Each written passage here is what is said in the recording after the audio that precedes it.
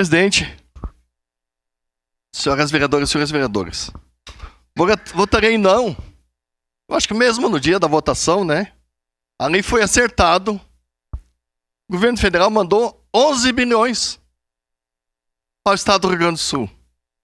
Naquela votação da anistia dos 36 meses. 11 bilhões. Parece pouca coisa. Lá atrás, na pandemia, morria gente e não se falava nada. 5.100 para as moradias. Mas além disso, vereador Wagner, o presidente falou o quê? Moradia para todas as famílias inundadas.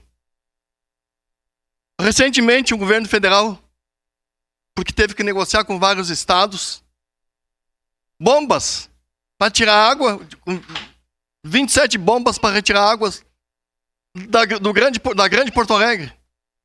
Hoje, o centro de Porto Alegre, as pessoas estão conseguindo entrar dentro de casa. Vai demorar mais 20 dias, mais um mês para poder entrar dentro de casa.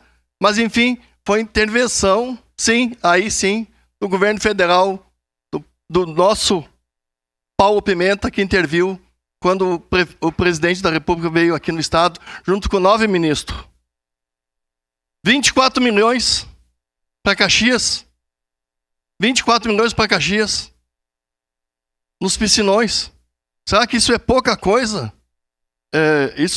Algumas coisinhas que peguei aqui por cima, presidente, para dizer que voto não, pelo que sabe, porque parece que se abata uma borracha e apaga aqueles 4 anos que nós tivemos no nosso país, que as pessoas morriam por falta de oxigênio.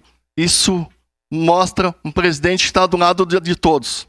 Por isso que voto não essa moção neste momento, presidente.